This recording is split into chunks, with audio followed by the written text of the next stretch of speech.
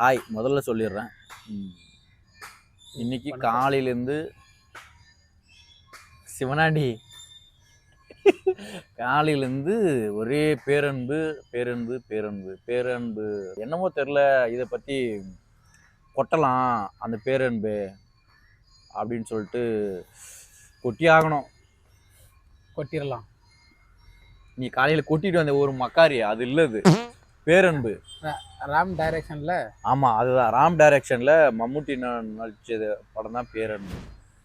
அதில் எவ்வளோ சீன்கள் ரொம்ப ரொம்ப ரொம்ப பிடிக்கும். இருந்தாலும் ஒரு குறிப்பிட்ட 2 சீன் நான் சொல்கிறேன்.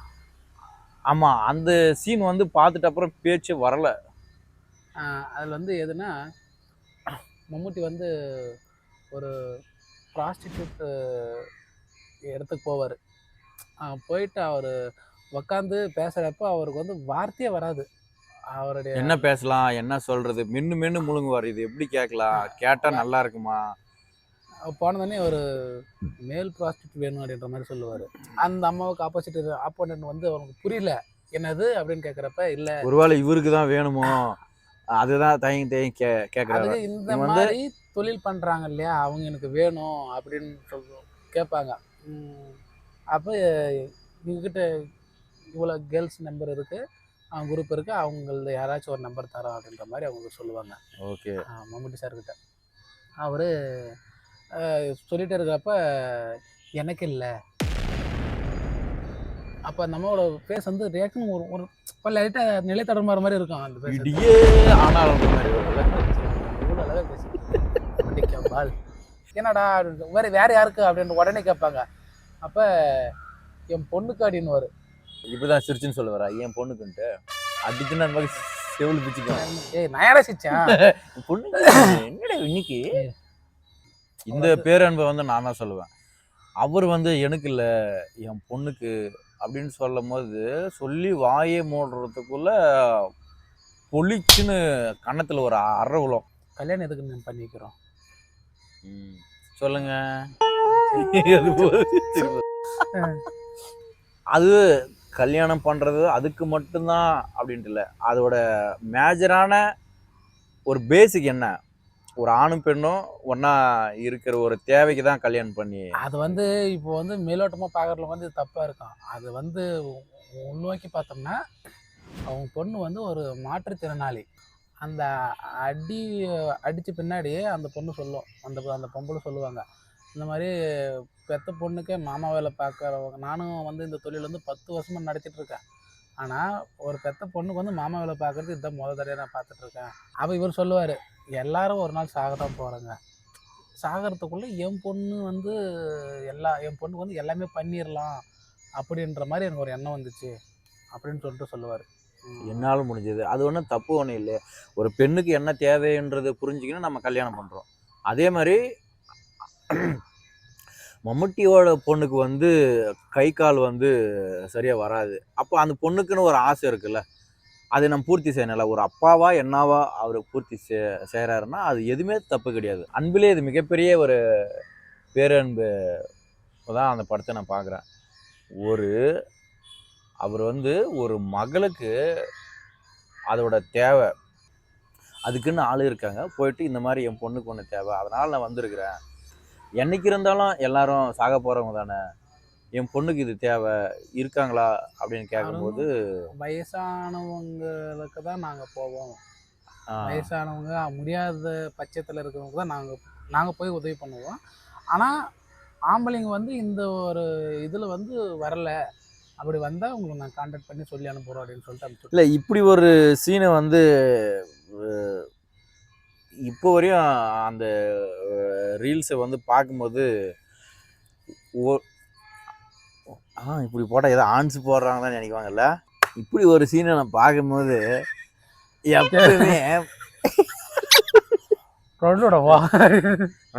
வந்து சொல்றது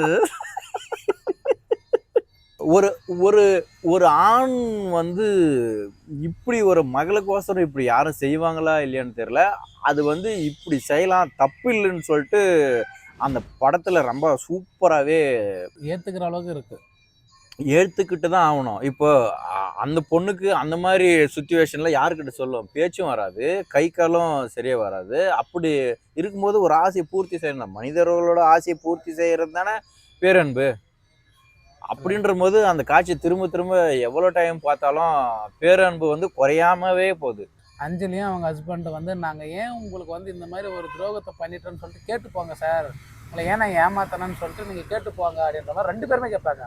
இவர் கையெடுத்து கும்பிட்டுருவாரு. அழுவான் அவருக்கு 2 பேரும், நீ ஏன் கையெடுத்து கும்பிட்றீங்க, நாங்கள் தான் கும்பிடணும், நாங்கள் தான் தப்பு பண்ணியிருக்கோம், நாங்கள் ஏன் 12 மட்டும் கேட்டுப்போங்க அப்படின்றதுக்கு அவர் சொல்லுவார், உங்களுக்கு அழகான ஒரு 2 குழந்தைங்க, எந்த பிரச்சனையும் இல்லாத ஒரு வாழ்க்கை இருக்கிறப்ப என்னை ஏமாத்தணும்னு உங்களுக்கு தோணிருக்குன்னா அப்போ உங்களுக்கு எவ்வளோ பிரச்சனை இருக்குன்ற மாதிரி விடுங்க. சொல்லிவிடுங்க. இருந்தாலும் அவரு எல்லாமே அன்பால் அடிக்கிறாரு. அதே தான் நானும் சொல்கிறேன். அந்த படத்துல எங்கேயுமே வந்து அன்பை தவிர வேற இருக்கு. திரும்ப திரும்ப திரும்ப நீ என்ன கண்ணாடி மாதிரி, நீ என்ன சொன்னாலும், நீ என்ன பண்ணாலும், என்ன செஞ்சாலும் எங்கிட்ட இருந்து வர்ற ஒரே ரியாக்ஷன் வந்து அன்பு தான். பிரதிபலிப்பு அப்படி சொல்லலாம். அதை நீ எப்படி வேணாலும் சொல்லு. யாருக்கும் நம்ம அந்த அன்பை கொடுக்கலனாலும், அன்பை வாங்கினாலும், நீ என்ன ஒரு விஷயத்தை செஞ்சாலும் செய்ய காட்டியும் ஒரு விஷயம் வந்து தன்னால் நடந்துக்கிட்டே இருக்கும். அது என்னன்னா இயற்கை தான். இயற்கை கிட்ட நம்ம திரும்ப திரும்ப நிறைய விஷயம் கற்றுக்கணும். என்னன்னா, நீ என்ன செஞ்சாலும் மழை வரதான் போகுது, நீ எதுவுமே செய்யலனாலும் வெயில் அடிக்க தான் போகுது, காற்று வீச தான் போகுது. அதனால நான் என்ன திரும்ப திரும்ப சொல்ல வரேன்னா, இயற்கையே அப்படி இருக்கும்போது நம்ம இயற்கை சார்ந்த மனிதர்கள் தானே ஓவரா நெஞ்ச நக்கிற மாதிரி தான் இருக்கும். ஆனால் வேற வழியே இல்லை, இது கேட்டு தான் ஆகணும். நினச்சி பார்க்காதவங்க கூட உங்களை ஹேட் பண்ணியிருப்பாங்கன்ற மாதிரி அந்த பொண்ணு கேட்போம். ஆனால் உடனே அவர் சொல்லிடுவார், அதே நினச்சி பார்க்காதவங்க கூட உங்களுக்கு நல்லது பண்ணியிருப்பாங்க அப்படின்னு சொல்லுவார். அது என்னான்னு நானும் யோசனை பண்ணி பார்க்குறேன். எனக்கு டக்குன்னு மைண்டில் வந்து அப்சர்வ் ஆகலை. மூளை இல்லாதவன் வந்து எப்பவுமே இப்படி தான். அவனுக்கு என்ன மூளை இல்லை இல்லையா, அதனால சுத்தமாக அவனுக்கு தெரியாது. என்னன்னா, இல்லை இந்த வார்த்தையை கேட்க சொன்னான், இந்த மாதிரி கேளுங்க நான் வந்து பதில் சொல்கிறேன், என்னை வந்து ஒரு கார்னரில் வந்து என்னை வாட்ச் பண்ணிட்டுன்ற மாதிரி அவன் சொன்னான்.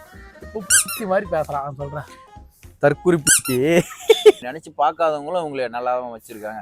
நல்லாவும் வச்சுருக்காங்கன்றது எப்படின்னா, அது ஒரு சாதாரணம் தான். இப்போ வந்து